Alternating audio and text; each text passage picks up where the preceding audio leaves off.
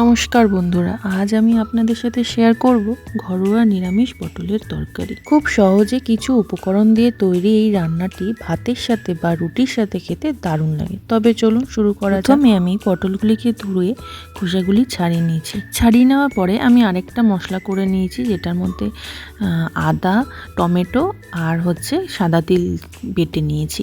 তারপরে কড়াইতে সর্ষের তেল গরম করে আমি যে কেটে রাখা পটলগুলিকে ভালো করে লাল লাল করে ভেজে নিয়েছি। পটলের মধ্যে আমি সামান্য লবণ দিয়ে ভেজে নিয়েছি।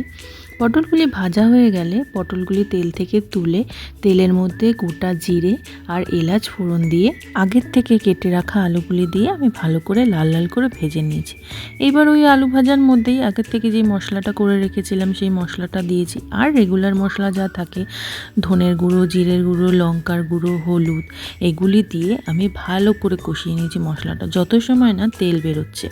মাঝখানে আমি পটলগুলিও দিয়ে দিয়েছি। পটলগুলি দিয়েও ভালো করে কষিয়ে নিয়েছি। পটলগুলি দিয়ে কষানো হয়ে গেলে আমি যেই বাটিটায় মশলা করে রেখেছিলাম সেই বাটিটা জল ধুয়ে দিয়ে দিয়েছি।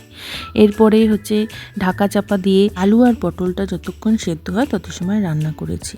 শেষে ঘি আর গরম মশলা দিয়ে পরিবেশন করুন গরম গরম পটলের তরকারি। আশা করি রান্নাটা আপনাদের ভালো লেগেছে। ভালো থাকবেন, সুস্থ থাকবেন। নমস্কার।